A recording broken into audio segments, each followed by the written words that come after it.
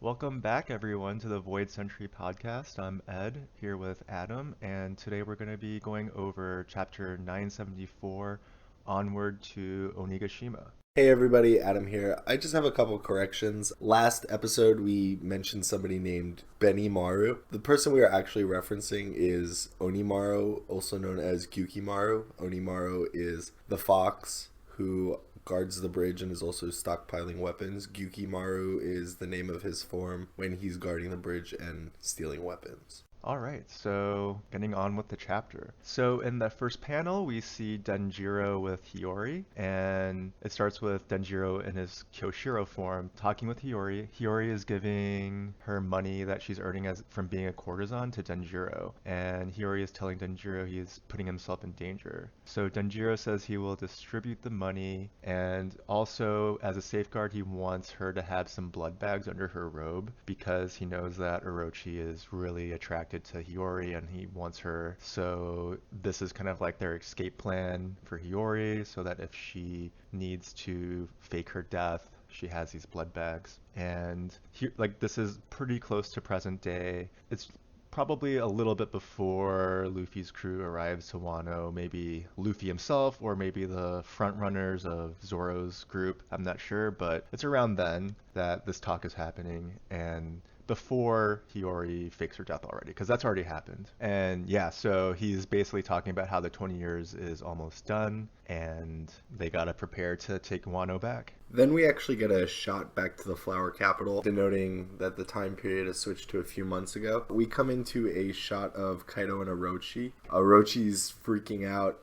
He's talking to Kaido and basically commenting on the fact that the scabbards have reappeared. Kinemon, Kanjuro, Raizo, Kiku, and Momo are now back in the country. We see Kaido drinking, and they're both sitting around doubting Toki's powers because, again, they've jumped 20 years into the future. Kaido basically asks Orochi if he's not just imagining this all because he's just so scared and terrified. Basically, Orochi tells his henchmen to keep watching the shores around Onigashima, and Kaido basically looks at Orochi and he said, if there are any scabbards still alive, do not kill them, take them prisoner. I have a couple questions to ask them over the last 20 years. So then we get a scene of Orochi talking to Kaido, and he starts going over a story about a man whose parents were killed on stage. They were part of a theater troupe and they were killed on stage because their family were considered daimyo killers. We can only assume that this is a story of another Kurozumi, and basically states that this child, this orphan, was a child of the theater.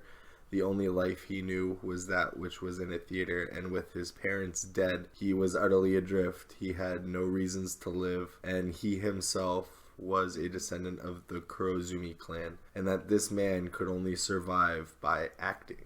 Then we get a shot of this person in shadow being confronted by Orochi, showing off his fruit with the snake heads. We also get the other Kurozumis in the background, and they're confronting this person, and Orochi is confessing that he is now the head of the Kurozumi clan, and that they have taken revenge on the people that have killed this person's parents. Orochi has a plan for this man. He tells him he has a mission that he will live his life as a Kozuki. And we see Orochi handing him a devil fruit. And he said, you will die as a Kozuki. Not a single soul must notice. And this is your greatest part yet. Can you play it for me?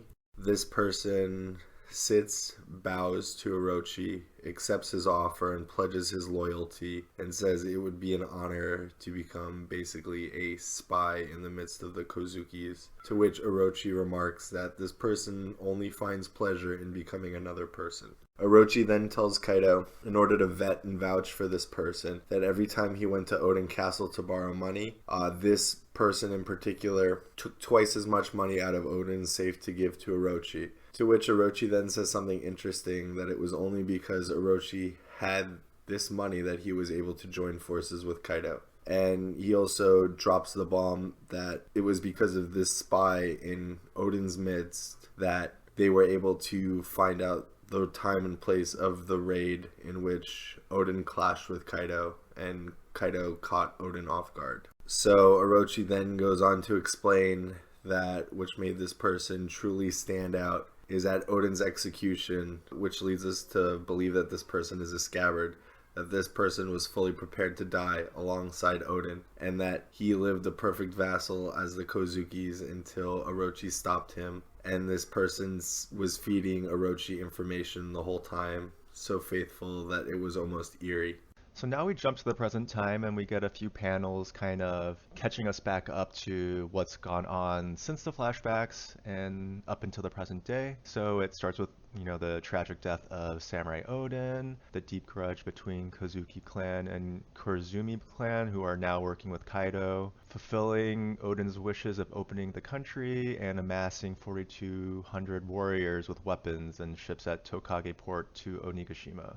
So now that we're in the present, we see a huge storm and really bad waves. And of course, the 9 red scabbards are getting in a small little rowboat to sail to Onigashima. And we have Momonosuke saying, "Hold up, guys, let's not head out. Like it's way too dangerous out there." And he's saying that it's basically suicide. We didn't see a single one of the 4,200 soldiers, and there are signs of destruction at the port. Kinemon declares that the scabbards haven't given up, and the low numbers that they currently have will help them get there to Onigashima undetected. Kinemon is planning his methods of killing Kaido, trying to inspire them, and saying some quotes such as long as we live, we shall never give up." And Kiku crying, saying that their plans were leaked again, obviously. Now Kinemon is kind of realizing, you know what, I have to accept the fact that one of the people on this boat is the traitor. And he didn't really want to believe that because they went through so much together. They were on top of this boiling pot with their master, this person that they loved. And yeah, like he just didn't want to believe that one of those people that went through that horrible experience with them would still be a traitor. And Kiku is just like, we need to find this person and we need to kill them right away. And she says, if you aren't prepared to find the traitor, cut him down and move onward, then none of us can do so. So then at this moment, we see Kinemon looking pretty conflicted, and out of nowhere, Kanjuro pops up, and he basically agrees with Kiku, and he says, let us clear this up right now, by acknowledging that, in fact, Kanjuro himself is the traitor in the red scabbards. So basically, we see Kinemon's face, and he looks completely broken. And he said, hey, Kanjuro, this isn't funny. We almost boiled in that pot together. And Kanjuro responds with, nothing would have completed my role better than dying in that pot with Odin. I completely lost my live, and I've been searching for a place ever since I was a child. The man you know has never existed. Kanjuro basically states that all of his friendships and all the time he spent with the scabbards has all been in vain. He was just acting. We see close-ups on all the scabbards' faces, and they are absolutely rocked to their core. He said, this was all just a joke to me. It's all just a game. This is a role. I just sent Orochi all your information. I don't regret it. Kiku is just absolutely totally upset, and she demands to know why Kanjuro would betray them like this. And Kanjuro just simply states that his name is Kurozumi Kanjuro, and he just asked, need I say more? So he said, when the plan leaked the first time, it wasn't because Law's subordinates squealed, it was because I fed Orochi the information. And even though Yasui changed the original information to the secondary plan, I told Orochi the information anyway. Yasui's death was in vain. It was for no reason. He died for no reason whatsoever. And then he said, I can't believe you didn't even get suspicious, Inu, when Jack showed up to Zoe. There was no other way he could get to Zoe without a Viver card, and you didn't even think for once to question us or me. So the Beast Pirates make their entrance on the sea, and we see that there's a few of them, and we only see 3, but there might be a few more. We're not sure. These ships are massive, by the way, compared to the tiny little rowboat. And the Beast Pirates were basically like, I can't believe what they said was true. There's a tiny little rowboat. Hey, Kanjuro, was that really you that's the traitor? And he confirms it with the Beast Pirates saying, indeed. And that his shifty eyes on his face is just, I just want to punch it, to be honest. So immediately, Kinemon slices Kanjuro down, following Kiku's advice from earlier. It's revealed later that that's not really Kanjuro that's being sliced down, but a fake. And Kanjuro says, I could have kept my secret and sunk to the bottom of the sea with you, true to my role. just kind of showing how dedicated of an actor he was. Like that's basically his life. His life is to be an actor, I guess. And it just happens that the part he played was a conniving traitor. Unfortunately, Orochi stopped him. He congratulates Kanjuro, saying, "Well done, the final act is finished," once Kanjuro brings Momonosuke. So now we see that the sliced Kanjuro is actually a painting, and the Scabbards remark on Kanjuro's bad painting ability. Turns out that Kanjuro has been downplaying his painting abilities, and he's been painting with his offhand, his left hand, whenever the Scabbard saw it, so that's why they look so bad in comparison. And then once all hope is lost, we see a panel of Kanjuro holding Momo, who's crying out for the Scabbards. And then out of nowhere, we see a panel overlooking the beast ships, and we get some text bubbles of people arguing with themselves. One's asking another how they could sleep at a time like this, another one's questioning the ship, and then somebody just said, "Woo, I ate and slept. Now that I'm awake, that's when I'm the toughest." We see cannon fire hit one of the beast pirate galleons, and out of nowhere, we see Luffy shout out to the Scabbards, apologizing for being late. Then we see the beast pirates turn towards all the commotion, and they're completely freaking out, and they're like, "Hey, I thought we sank all the enemy ships."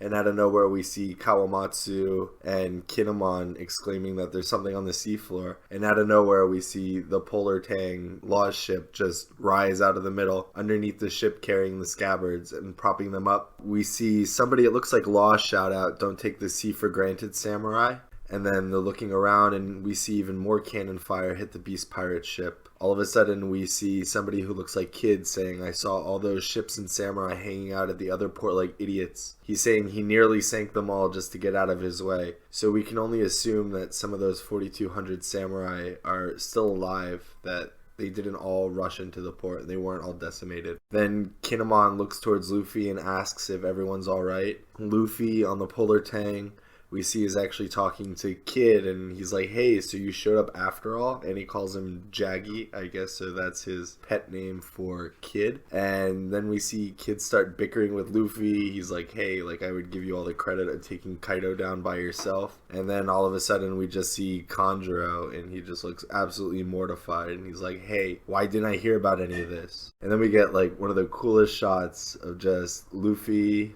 Law, and Kid just sitting around saying, "When you're at sea, you fight pirates." And Momo's crying out, and the beast pirates are just having a huge commotion. Luffy and the rest of the gang are just berating the beast pirates for picking on these samurai in a little rowboat. Luffy, he's just like, "Hey man, pick a fight with us. You've got nothing to do against samurai in a little boat. If you want to fight like a pirate, fight like a pirate." And that's the conclusion of the chapter. What a good chapter. I thought it was pretty good. I thought it was great. That last panel really got me fired up. And we're still just cranking up the tension. That reveal was crazy. Seeing that panel with Kanjuro's face is just so nasty. I just wanted to note that Denjiro keeping his identity secret from all the other Scabbards really worked out in the end, because now even Kanjuro doesn't know that Kyoshiro is a traitor. So it's cool that he didn't let anyone else know.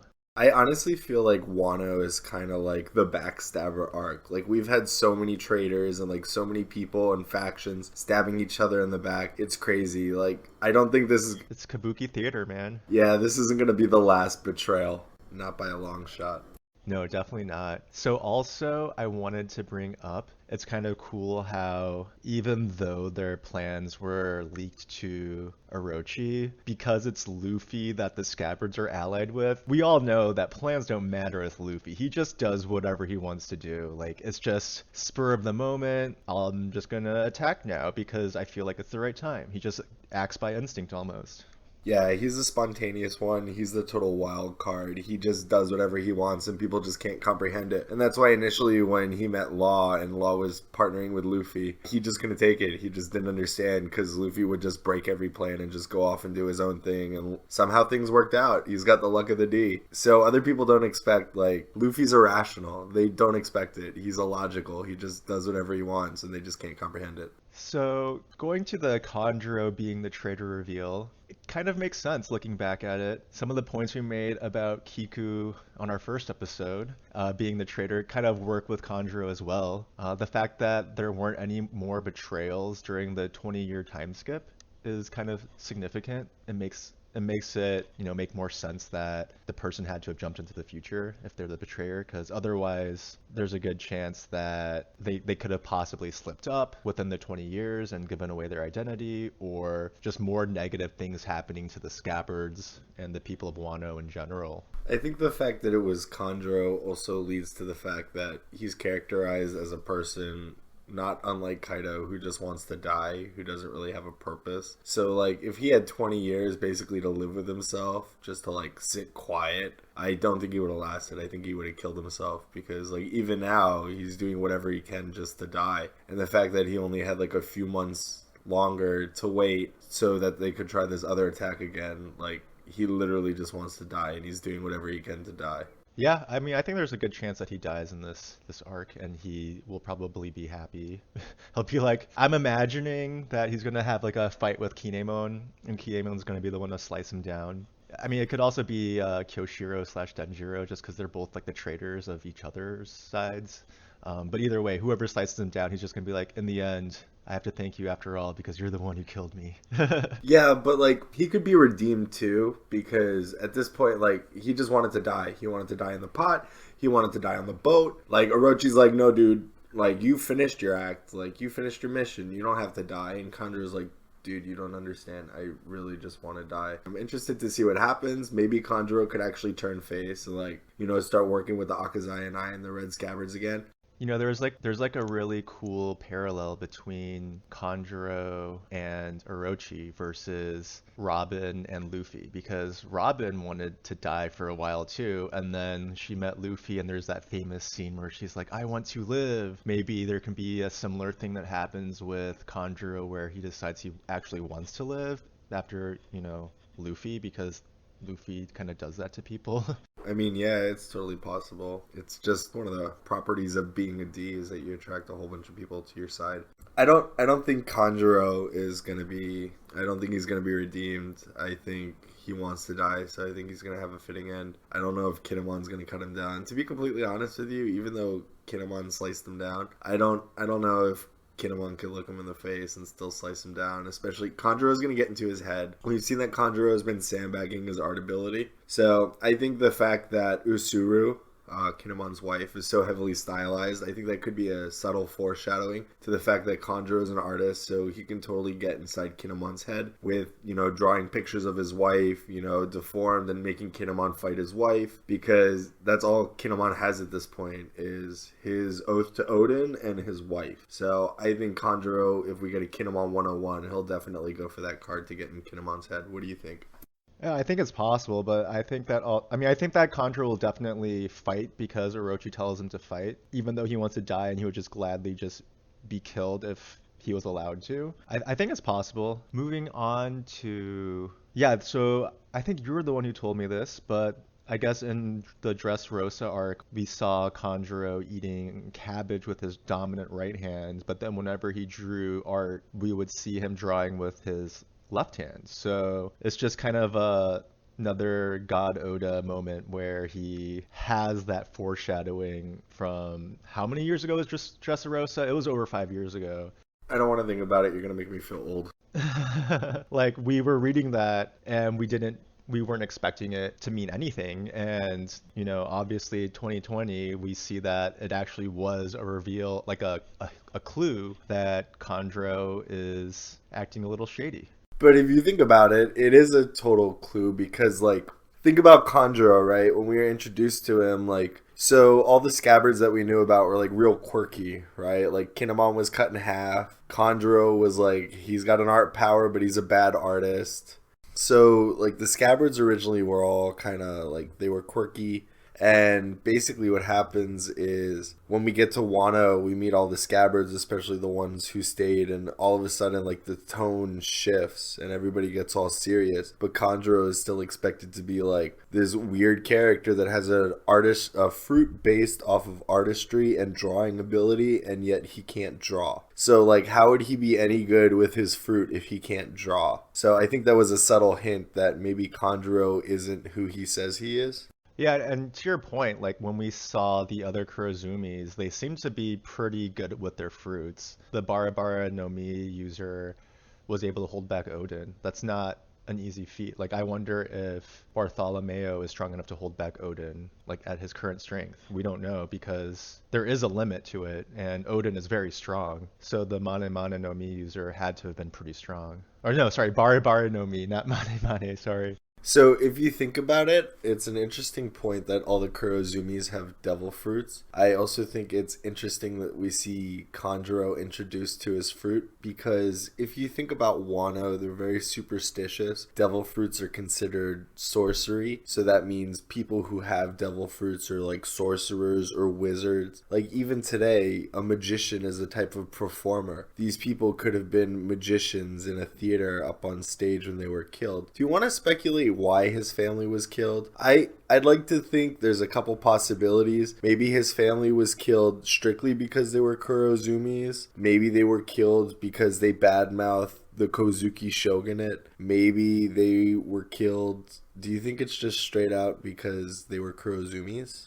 You know, honestly, I think that it's a combination of the two things you said. They were performers, right? And they were Kurozumi, so there's a good chance that they were trying to use their art form to shit talk the Kazuki family. But if you want to turn it on its head a little bit, do we know how old Kanjuro is? We don't know how long ago it was that his family died. According to the Wikipedia article, he's about 39. Not counting the 20-year time skip that we see. Is he older than Orochi? Yeah, it's possible. Could he have been around when Orochi's grandfather tried to exterminate all the other daimyo? He could have been, yeah. I think that he is older than Orochi. We don't know how old Orochi is, but I think he's older. Do you think it's possible that maybe his family were on stage talking about opening up the borders to Wano, and the current shogun of Wano, who is a Kazuki, thought it was all nonsense before Odin came along and had them executed? I'm not sure. I mean, I think it would be a nice twist, but again, it's still far out there, but I think it is a potential. But I think it's really interesting that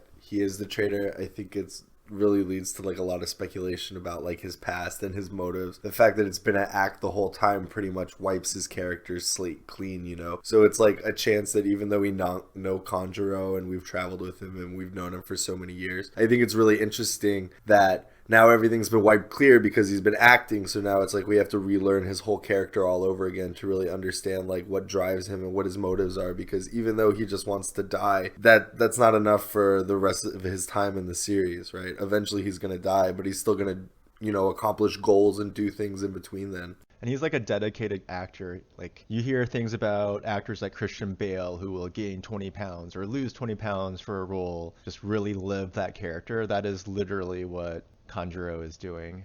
I mean, to the point where he was okay with burning alive in hot oil just to seal away his character and make sure that Orochi gets what he wants. Why do you think he's so loyal to Orochi anyway? Is it because Orochi really is just the last bastion for this clan? I think it's because Kanjuro needed a purpose in life, and now he has a purpose again, because before he was an actor, and then he had no role to play, and Orochi gave him another role to play, and he's thankful for that, and also he's family, so it's like win-win. So could you go over the Doflamingo bounty thing? As I recall, Doflamingo, initially when they did the birdcage, in order to get the people of Dressrosa to turn in Luffy and the other Grand Fleet members and all the people affiliated with like the Riku Rebellion on the island to reinstall the king, the Doflamingo family projected notices to everybody, putting bounties on everybody's head, including God Usopp and Kinemon and Luffy and Law, but Kanjuro was absent. They didn't put a bounty on Kanjuro's head. That means Doflamingo perhaps knew that Kanjuro was under Kaido and he was, you know, a VIP and not to be messed with. Yeah, I think that's totally plausible, and it, again, shows Oda foreshadowing. Well, you know, if you remember too, when they climbed up on Zo, Kanjuro also drew a poorly drawn dragon, Ryonosuke, Robin's first love. Unfortunately, the crew had to say goodbye to Ryonosuke, but I mean, he could have drawn any other thing poorly. He chose to draw a dragon. I find it a very subtle detail that Oda decided to include in there. Absolutely. And speaking of dragons, maybe Momonosuke... First off, Momonosuke is kind of like in a headlock, being headlocked by Kanjuro. And my first thought is, why doesn't he just turn into a dragon and escape? Like, he's just crying. He has a new devil fruit. He's not helpless as he was when Kaido did this to him, or like held him choking 20 years ago. Like he actually has a method of escape. I think the thing is, Momonosuke does not believe in himself. Momonosuke doesn't have the confidence in himself yet to believe that he could slip away. It's shown that his mood directly affects the capabilities of his devil fruit. So he can't necessarily manipulate his dragon form properly if he's not in the right state of mind. And right now, Momonosuke is a total wreck. Everything's going wrong. He's been captured. Like, Momo, sure, he can go ahead and be like, no, I got to do this. I need to slip away. I need to go back with Luffy and the others and stand up and be a man. But I think he's still just cowering. It still just shows that he's fearful. He's scared. He hasn't yet grown up and been the character that he needs to be in order to take Wano back and open the borders. Definitely, he's got to, I hate saying this, but he's got to man up. Even though he's really young, even though he doesn't have too much experience, and not in life in general, but also in combat, he really needs to step up and kind of put the weight of Wano on his shoulder like his father did in order to fulfill the destiny of opening Wano's borders. We see that also when Luffy confronts Momo and he says something to the extent of, Momo, I need to know that you want this. I'm not going to help you just because you want help. You need to stand up and you need to be your own man and you need to fight. And I remember Robin and Nami were all getting on Luffy's case and they're like, how could you talk to like an 8-year-old like that? And you know, Momo knows he needs to up and show his resolve. It's just the tension is cranking up and it's all going to come to a head soon, and Momo needs to believe in himself and he's got to stand up and he's got to believe in the people that he's attracted to his side, and he needs to fulfill his destiny. Absolutely. So now I want to talk about the return of the worst generation pirates. So we see Luffy, Law, and Kid. The three of them are like, it's just a really hype moment. It's kind of a big goosebump moment seeing them come at a time of need when it seems like everyone is helpless. Momo's captured, the scabbards are about to be captured, there's no hope left, and boom, here comes the saviors, here comes the worst generation pirates. Yeah, I think it's dope. It's great to see them all again together. It's a definite throwback to the Subodi archipelago when they're chilling out in front of the auction house and screwing up the Marines. I'm super excited. Like, we've seen Luffy's power-ups, we've seen Law's power-ups, but we have no idea what's up with Kid, and we have no idea if Killer's going to play a role too. I don't know if they ever got Killer back. He should be back on the ship, but he's still not in the right state of mind. Oh, Killer's going to have some cool scenes this arc, I think. I think he's going to have some really cool fights, or a cool fight, I should say. I mean, the only detriment to him right now is he can't show emotion properly, but like he still has his wits about him, and he still is a member of the worst generation. So we actually have 4 members of the worst generation that have shown up so far. Actually 5. Zora's a member of the worst generation too. They're supernovas, so we have 5 supernovas. That's insane. Yeah. So can you talk about Law being portrayed as the traitor? So yeah, initially Shinobu called out Law and called out the rest of the Heart Pirates and basically said like Beppo, Penguin, and Sachi, they got captured by Hawkins and they squealed, you know, because the Heart Pirates don't have a lot of skin in the game per se. So, you know, why wouldn't they want to go ahead and sell everybody out to save their own skins? So I think it was really interesting that Shinobu wanted to go ahead and paint Law as a bad guy. For a while, the fandom, they were undecided as to whether or not Law was going to betray the Alliance, because we saw the dialogue that he had with Hawkins, this, that, and the other thing. But I just find it really interesting that it's Law's ship, it's the ship of the Heart Pirates, the Polar Tang, that actually comes out from under the surface and saves the Red Scabbards in their time of need. Do you think that Law knows about X-Drake at all, being like a traitor towards Kaido as well? I don't know. I don't think anybody knows how deep in cover X-Drake is right now. Maybe Hawkins, but I don't know. So remember when I alluded to earlier that Wano is really like the land of the backstabs? Yeah. I mean, look at what happened with the supernovas. X-Drake himself is backstabbing Kaido, and also Apu backstabbed Kid and Hawkins initially to side with Kaido, remember? Yeah, that's true. He's a beast pirate now. Yeah, lots of backstabs for sure. So yeah, I wonder what, going back to the chapter, Kaido was talking with Orochi saying that there was something that he wanted to ask the scabbards, and I wonder what it is. Like, first off, there are living scabbards that didn't go to the future, so why not ask one of them? Or maybe he wanted to ask someone that was sent to the future specifically, and if that's the case, I don't know. What do you think that he would want to ask the scabbards? Do you have any ideas? How he can be a man like Odin. No, 100%. So I'm still prescribed to the theory that Kaido wants to die like this honorable, flashy death, like have a death that has bigger impact than that of the Pirate King. Kaido wants to be remembered. Kaido doesn't have anything to be remembered by. Kaido has no purpose. Unless to be the Pirate King and to live a life more grandiose than Roger. He doesn't have a purpose. So I think honestly he wants to know what impact he can make to go out and die properly. Yeah, and at this point, I think that he's gonna have better chances with Luffy or Zoro to kill him than one of the scabbards, just because, I mean, I think Denjiro is gonna be the strongest scabbard, just from what we've seen with him interacting with Zoro. But other than him, and even him, I don't know. I don't know if any of them are strong enough to take on Kaido. Like, if Denjiro could have taken on Kaido by now, he probably would have. I mean, Kaido's really one of the only people protecting Orochi, but I think everybody's been sleeping on Orochi too. I think Orochi is probably more powerful than we understand. Yeah, I think that's fair. Like we established before, the Kurozumi clan tend to be pretty masterful with their devil fruits. So there's a good chance that Orochi is gonna be more threatening than we would initially expect him to be with his devil fruit. But like Kaido, like Marco, he has a mythical zone fruit. Orochi, he's got a good fruit. Regardless of whether or not he's an idiot, he still has the potential to be a really solid fighter with a really strong battle prowess, as much as he's painted like an idiot. Yeah, I agree. I think that he's gonna actually be fairly formidable. I kind of want to talk a little bit about who's gonna fight who a little bit, and I think that there's a good chance that Kinemon or Denjiro. I think Denjiro would be the most poetic one to fight Orochi, just because he's the one who's been serving him this entire time. So I think that would be a pretty cool fight to see, Denjiro versus Orochi. I don't think it's going to be a one-on-one fight with Orochi, though. I mean, there's just a couple things. So, not Enma, but Odin's other sword, Ame no Habakiri, is the sword in Japanese mythology to slay the Yatano Orochi. So to slay this mythical, Orochi Hydra monster. I think Orochi has I don't know the exact count of heads. I think it's 7 or 8. But I think it leads up to the fact that the scabbards can each get a head, Momo can get a head. I think the fact that we just established that, 1, the Kurozumis are masters of their fruits, and 2, Orochi has a mythical zone. He's not going to be a pushover. It's going to require a team effort, much like we believe is going to be the case with Kaido.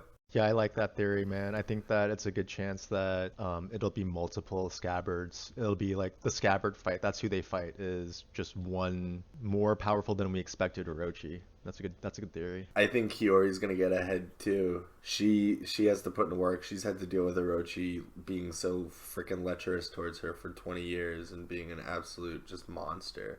Yeah, but like even when we see Kyoshiro, Denjiro talk about how Orochi has a crush on Kawamatsu, we don't see her sweating. Like, she just is taking it like a champ. She just, like, no hesitation. She just accepts it. She doesn't seem disturbed by it. She doesn't seem like it's a big deal. Like, I don't necessarily think she cares that much that he likes her. The whole Komurasaki thing.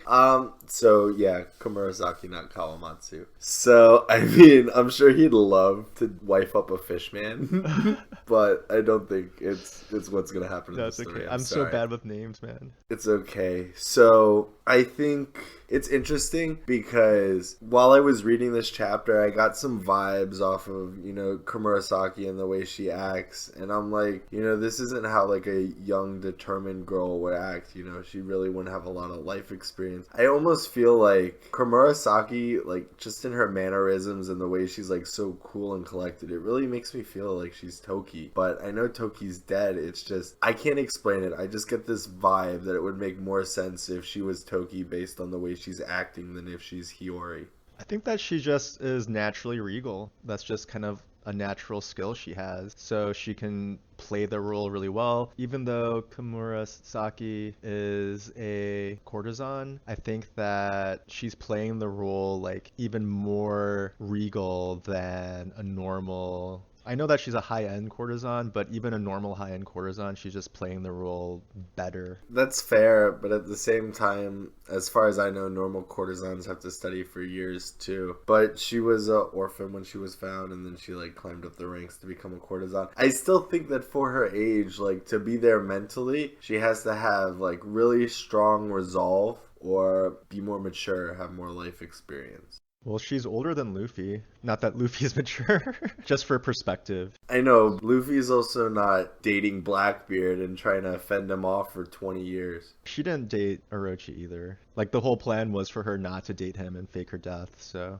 And how'd that work out for them? she faked her death. But Orochi knows she's still alive and knows where she is. We'll see what happens. Like, I don't know how it'll work out in the future. Okay, so this is the huge wild card for me. I still don't know why Kaido follows Orochi. So Orochi might not be as dumb as we think he is. He might be more cunning and more devious, but still, what does Kaido get from Orochi? Why does he follow him?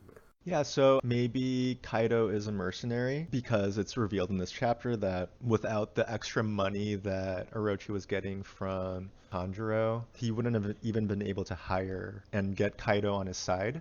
So I think that there's a good chance that he's a mercenary. Also, Orochi kind of needs money to build factories to produce weapons for Kaido, so it could also just be like a weapons manufacturer for Kaido. Even like a smile test lab, like a whole country of test subjects for his smile fruits. He's getting a lot of power through Orochi. Like Kaido's getting more power through Orochi. It kind of, maybe it started off as like a mercenary relationship and then it kind of built into a partnership to the point where Kaido is a warlord and has a strong alliance with Orochi, who's kind of his home base, making sure that he's well armed, has a lot of power and all that stuff. But what's Kaido's endgame? What does he want? I honestly don't know because I think that Kaido wants to die, but also maybe he's like, well, if I'm not dead, I at least want to be powerful so nobody can tell me what to do. I just want to be able to do what I want. I don't think that he actually has a dream and that's why he wants to die. From what we've seen in the story in the past, people who don't think they can fulfill their dream or people who don't have a dream, they're the ones who are always having kind of like issues with maybe depression or other mental health issues, but basically they're the ones who have problems that need to be resolved before they have a change of heart and find a will to live, find something that inspires them, find a new dream, that sort of thing. So yeah, I think that because he might not even have a dream, might not even have an end goal, he's just kind of amassing power just because he can, just so that nobody can push him around. I think it's interesting that when we first see Kaido, he's kind of like cursing out the fact that Whitebeard died. What if Kaido isn't lamenting the fact that Whitebeard died and, you know, Whitebeard is no longer around to kill him? What if Kaido is lamenting the fact that Whitebeard's death had such a huge impact on the world that Kaido doesn't know if his death will be able to be as amazing or as world-shaking as Whitebeard? No pun intended. It's possible. I mean, yeah, he maybe his goal in life is to find someone strong enough to kill him because like so that's why he just wants to have a really epic honorable death. I mean that too. We kind of got a little sidetracked with like Kaido's motives, but we really need to know like why he even works with Orochi. What do you think about like the dragon horn theory we keep talking about? Do you think Orochi needed all this money to find and purchase the dragon horn? I think it's a fun theory. I think that dragon horns are like a cool idea, something that can control dragons. But I don't know if I buy it at this point. I'm leaning towards it being more of a mutually political or just a mutually beneficial agreement between Orochi and Kaido. The idea of a dragon horn is pretty cool still, and I just like the idea because it's fun and it's more fantasy-like. But the fact that Kaido has killed a Kurozumi, he killed the old hag, it makes me feel like he's not being controlled by Orochi, because if he was being controlled by Orochi, I don't think he would have killed one of his family members, you know? Yeah, I totally understand. Keep in mind, we still haven't seen how Semimaru Kurozumi dies, so we still don't know what happened to the holder of the berry fruit. Yeah, that's true. So anyway, let's talk about Kaido's race. What is his race? Do you think that like that skull at Onigashima is related to Kaido? I know last week we talked about how the numbers shadow, by the numbers I mean Kaido's forces, the numbers. They look kind of like the skull at Onigashima as well, so maybe they're all the same race, or maybe Kaido's a different race than the numbers race. What do you think?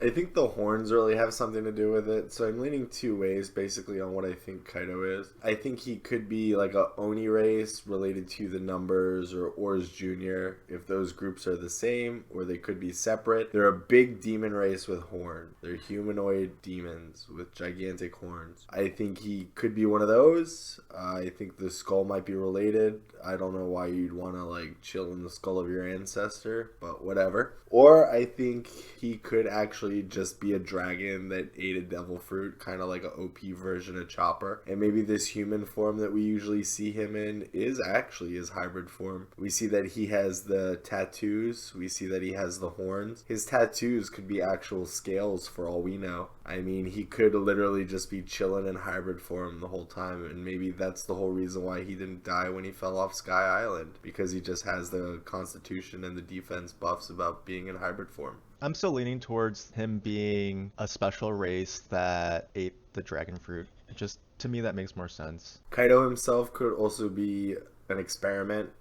He could be like an escaped world government experiment, which could explain why he's been captured by the Marines so many times and why they tried to execute him so many times. Yeah, true. We just don't know anything about his history. Has it even come out to state, like, we don't even know the name of his fruit, do we? No, we don't know. It hasn't been revealed yet. That's why we're even having this conversation. Yeah, we have absolutely no idea what's up with him as far as it is, and as far as he's always been. He's just the king of beasts, and he's a monolith. I want to talk about how Kaido is going to lose this war. I mean, it's inevitable that it's a shonen comic, so we know that the good guys are going to prevail and win. There's going to be a few ways that Kaido can be taken down, whether it be by force, by change of heart, by a combination of the two. But how do you think the Straw Hats and the Nine Scabbards and all the allies are going to overpower Kaido and Big Mom together? Honestly, I would have to break it up into two parts. I'd have to talk about like the fall of Kaido and Kaido's death, and I'd also like to talk about like Big Mom's role in Wano.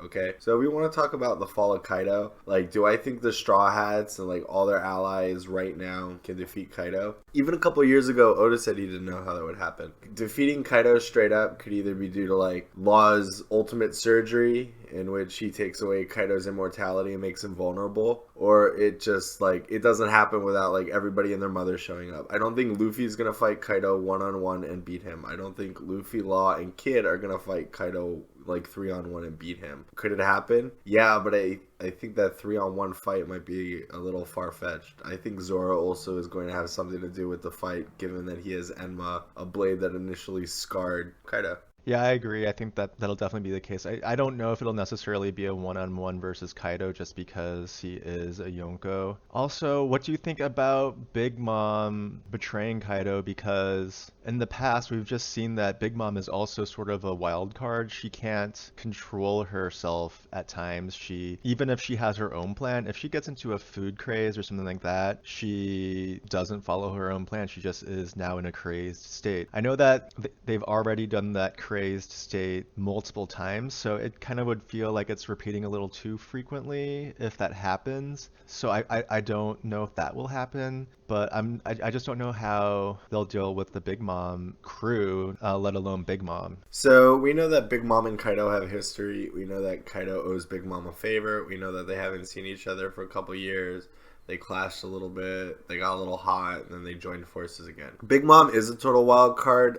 Big Mom, even when she was like Olin, she was like nice, and she was like sweet and helping out the Straw Hats and the Rebel faction. And now that she met up with Kaido and got bonked on the head by Queen, now she's just total raging, Beast Mom again. I think Big Mom's definitely going to stab Kaido in the back. I mean, we've already went ahead and established just this episode alone that Wano is pretty much the land of betrayals. Headcanon, I guess we'll have to talk about it a little bit once we get to like Big Mom's actual importance in the arc, but I think that there's a huge possibility of Big Mom crippling Kaido, stabbing him in the back, betraying him. Big Mom has a lot of forces there, a lot of key players too, like Para, Sparrow, and Smoothie, that could really play an important role in at least hindering or like debuffing the Beast Pirates. Actually, you know what? You reminded me this week that Nekomamushi is trying to recruit the remnants of the Whitebeard pirates. So maybe a Whitebeard fleet comes. One of the fleets, at least. Maybe more, but even if it's one, it has to be Izo's fleet because that would just make the most sense. And that would be so epic. Think about it. Izo coming, showing up, reunited with Kiku,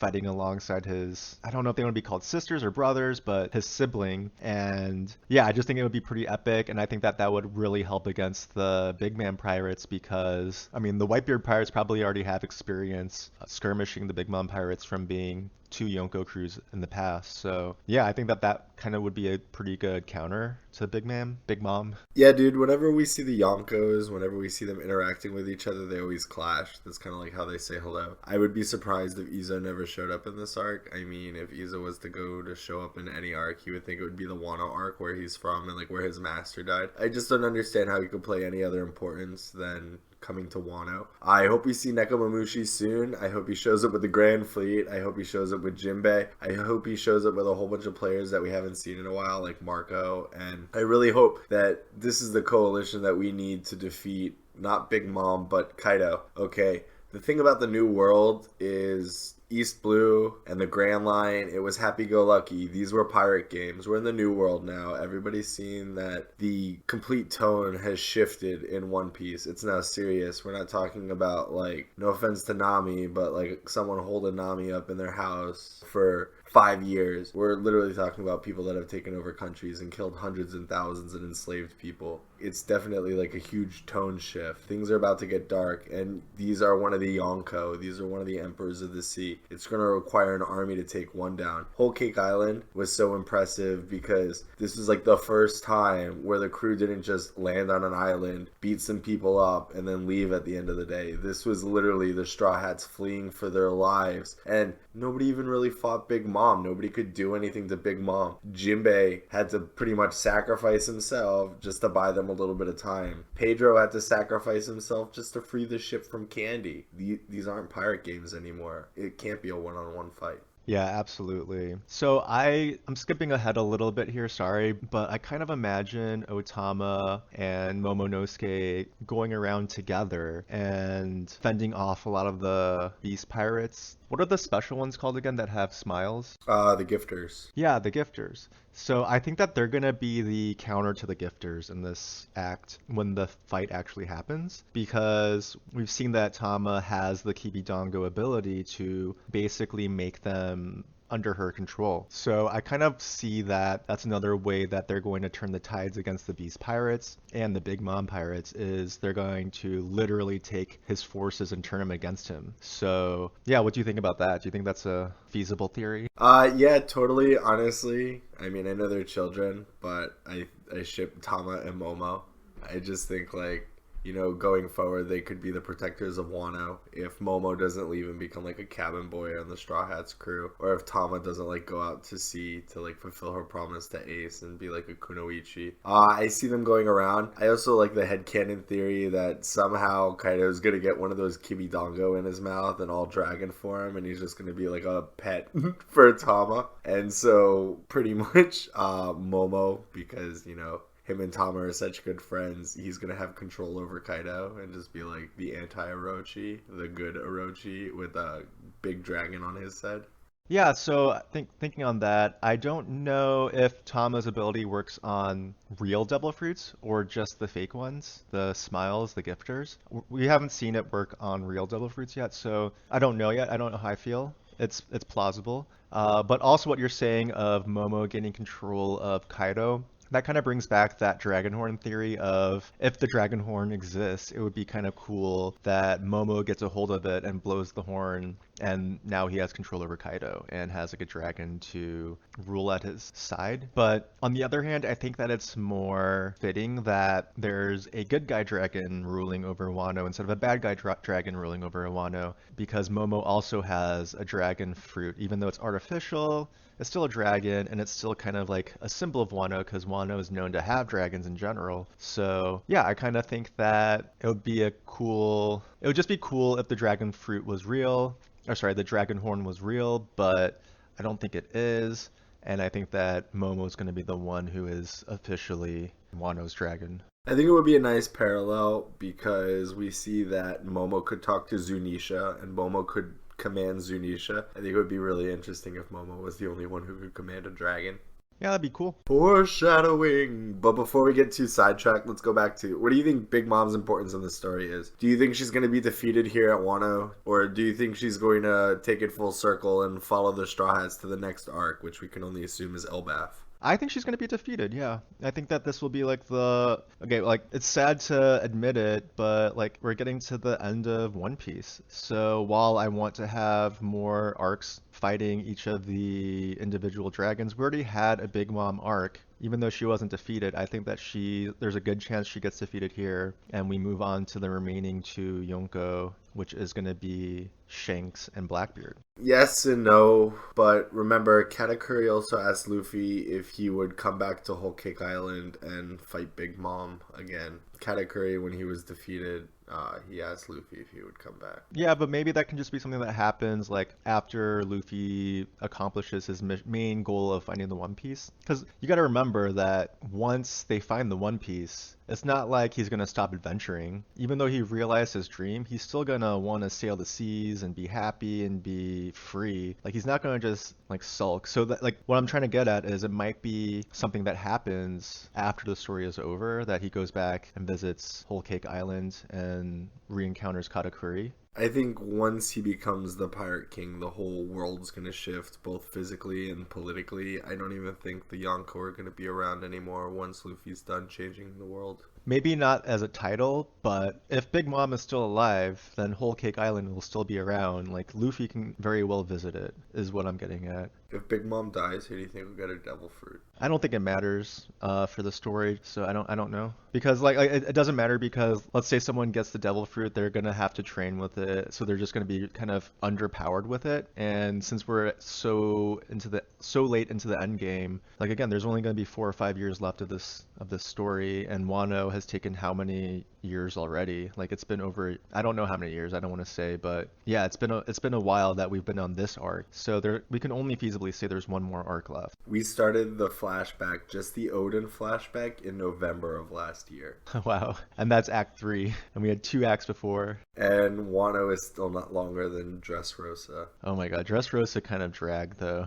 That one, like, it wasn't a bad arc, it's just I wish it was condensed it a little. Alright, so can we get back to Big Mom for a second? Actually, headcanon here, I would love to see it, but I don't think Oda's going to reuse the same trope of Big Mom having a hunger pang again. I think if he does, I'm going to be really upset because it's just overused. But I would love it if Big Mom tried, like, Odin, like the soup, and then just went completely bonkers and completely bananas because it's just so delicious. That'd be funny. Yeah, maybe that's how she goes ahead and, hinders Kaido's efforts, because she's just running around and going crazy, and maybe she distracts them all or something. Yeah, I think that would be a fun idea. Or maybe Big Mom just gets bonked on the head again and goes all Olin and sees her kids and she's like, "Who the hell are you?" And then she's like, "I want to chill with the reindeer and the little girl who fed me Dongo." Yeah, I mean, I find that to be possible, but I do think that they're gonna clash. And if we think about it, between the Whitebeard pirates and this pirate alliance that that Luffy, Law, and Kid have, I think that they have a pretty strong force that could take on two big Yonko crews. Like, they have, like, what they have, like we established, they can take over the Beast Pirates if they want. The Numbers, or not the Numbers, sorry, the Gifters, who are probably some of the stronger members in the army. I think that they have a really strong force to fend off two Yonko, like, honestly. Keep in mind, there's still 4,200 men at the port. Like, that was one thing that was a little confusing to me. Like, there was debris in the water, and yet Kid told them that there's still a whole crap ton of men chilling at the other port just waiting to mobilize. That was the interesting thing too. Kanjuro only revealed that the Red Scabbards are coming to Onigashima. They said nothing about the rest of the shinobi forces. I don't think Kanjuro really understands that the shinobi forces are moving. Or not shinobi forces, that's Naruto. The samurai forces, you know what I mean, the rebels. Nice. Yeah, no, I think that he might not have gotten everything out to Orochi yet. Plans change. It's hard to have instant communication, especially in the One Piece universe. I guess they do have Denden Mushi, but yeah. I think they get a little suspicious if Kanjuro was talking to Orochi on a Denden Mushi. Exactly, exactly. Ooh, if only Toki knew. Yeah, so I don't know. Do you really think it's gonna be Elbaf next arc? Is that gonna be like the final one before? Because I definitely think that there has to be like a clash against Blackbeard. There has to be something happening to Shanks's crew, either coming in as allies and helping, or maybe being defeated by Blackbeard. Because remember, there's already a little foreshadowing with Shanks being scarred by Blackbeard, so maybe that means that Blackbeard will be stronger than Shanks's crew in the future. I'm not sure. So I don't know. I don't know if there's enough time for Elbaf or not. I really don't. Like, I think that unless Elbaf is where Laugh Tale is, or like right next to it, I'm not sure how that would play into it, even though I really want to go there and see all the giants. Dude, I think Luffy and the Straw Hat Pirates are going to meet up with Shanks and the Red Hair Pirates at Elbaf. I wouldn't think that they were going to go to Elbaf if Oda didn't call back to it in the last arc of Whole Cake Island. That's where we get all the talk about Loki and the giants hating Big Mom. We definitely have to go. And so there's two ways that we can either get there. Either Big Mom is defeated on Wano and they are welcomed into Elbaf because of defeating somebody that took out one of their high-ranking personnel. Or Big Mom is not defeated and she chases the Straw Hats to Elbaf, in which the Straw Hats have to fight with the giants to take out Big Mom. I like that former one better. I like the idea of the Giants being grateful that that Luffy's crew or Luffy's alliance defeated Big Mom. I think that would make me happier if that was the case. It would definitely be a possibility, and I think it would kind of make Elbaf kind of like a nice chill arc, the quiet before the storm. I think that's where Luffy's going to meet up with Shanks and they're going to have the Davy back fight. And I think that's where Luffy's going to become a great pirate because Morgans has already recognized him as a member of the Yonko. You know, he's an emperor now, or at least a candidate, not officially. But I think Shanks is going to recognize Luffy as a great pirate. Their crews are going to compete. And I think Shanks is going to sail away, meet up with Blackbeard, and get killed. I think before we see any of this, we're going to find out what happens at the Reverie.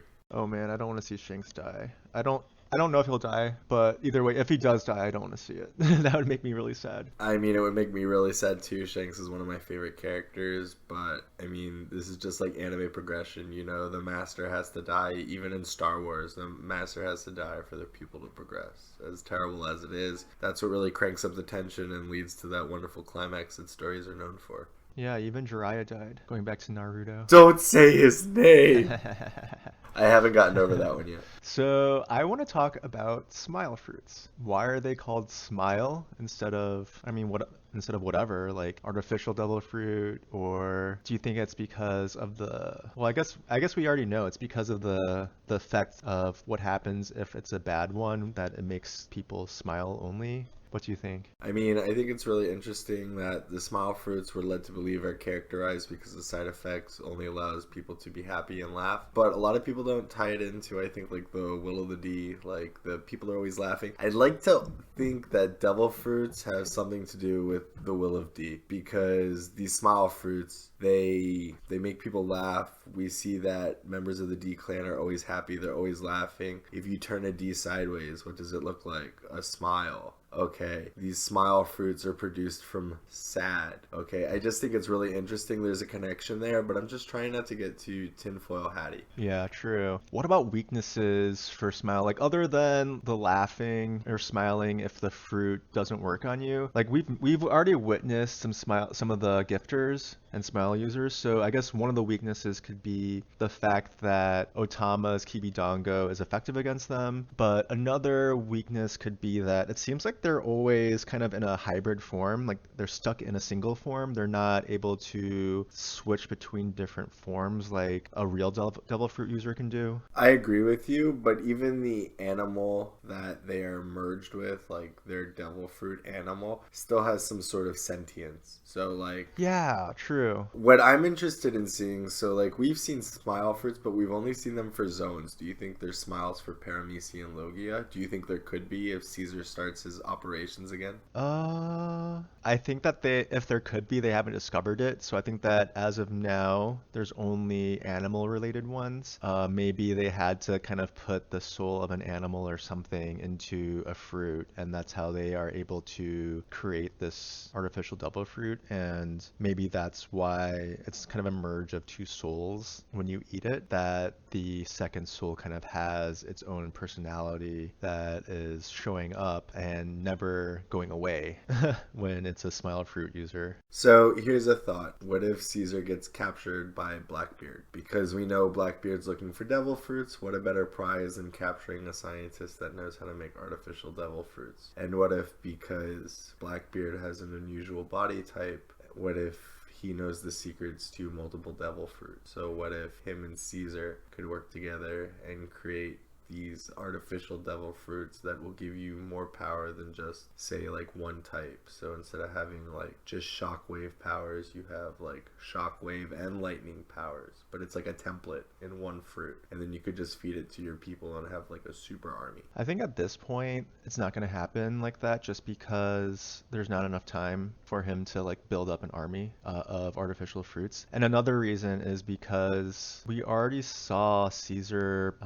declare his loyalty to Luffy. So I think that Caesar is now an ally. I know that he's a bad guy, but I think that I think it's happened now. Like we can't necessarily take his word for truth, but I don't know, that's just the impression I get. I get that he's been beaten so many times by Luffy that he's just like, screw it, I'm just gonna be part of the Luffy alliance now. Caesar's trash. But do you think smile fruits reincarnate? Do you think they'll show up someplace else when the user dies? Like, we haven't seen them enough to know if they do. I don't think so. I just think that that's another quote unquote weakness of the smiles, is that since it's artificial, it doesn't have the reincarnation. It's not just like how the will of the D is kind of a reincarnation, where maybe Roger and Luffy both got the will of Joy Boy kind of reincarnated in them. I think that devil fruits are similar. And I think that smiles, just because they're artificial, they're not going to be the same. Do you think Blackbeard has any interest in smile fruits? Do you think he's going to come in and take Kaido's stock of smile fruits when he's done? Also, do you think Kaido has like a stock right now of like specialized smile fruits, like ancient or mythical zone smile fruits that he's going to feed to his crew to amp them up? Well, all we've seen is him going for real devil fruits, and I think that he has so many real devil fruits at this point. Why would he want to get a watered down devil fruit and get an artificial one? Like, I think he's the type who would want the real deal. That's just kind of the impression I get. So I think that he's more focused on real devil fruits. I don't think he would be against getting a smile user here and there, but because they don't reincarnate, or I mean, I don't think that they reincarnate, I think that he's just going to just go for real ones. What about you? Do you think that he would actually try to hunt smiles? Honestly, I think Blackbeard is looking to take the easy way out. Even though he sat around on Whitebeard's crew and he plotted all that time, he's got a plan, okay? I think Blackbeard's plan is to gain as much power as possible. Blackbeard wouldn't care about throwing people's lives away for artificial devil fruits. I think devil fruits, artificial or otherwise, directly contribute to an increase in battle power, and I think that's all Blackbeard cares about, because that's all that he's going to need to reach his goal at the end of the day, is just massive, overwhelming power. True that. Well, I think we had a good length episode this week, so it might be time to wrap up. Most definitely. I think we had a good one full of a lot of content. Sorry again about Benny Maru. It was great to see Conjurers reveal this chapter as the traitor. Had a lot of fun with the discussion. So check us out on iTunes, Spotify, YouTube. If you want to reach out to us, please email thevoidcenturypodcast@gmail.com. Thanks for listening in, and we'll catch you next time. Bye, guys. Bye.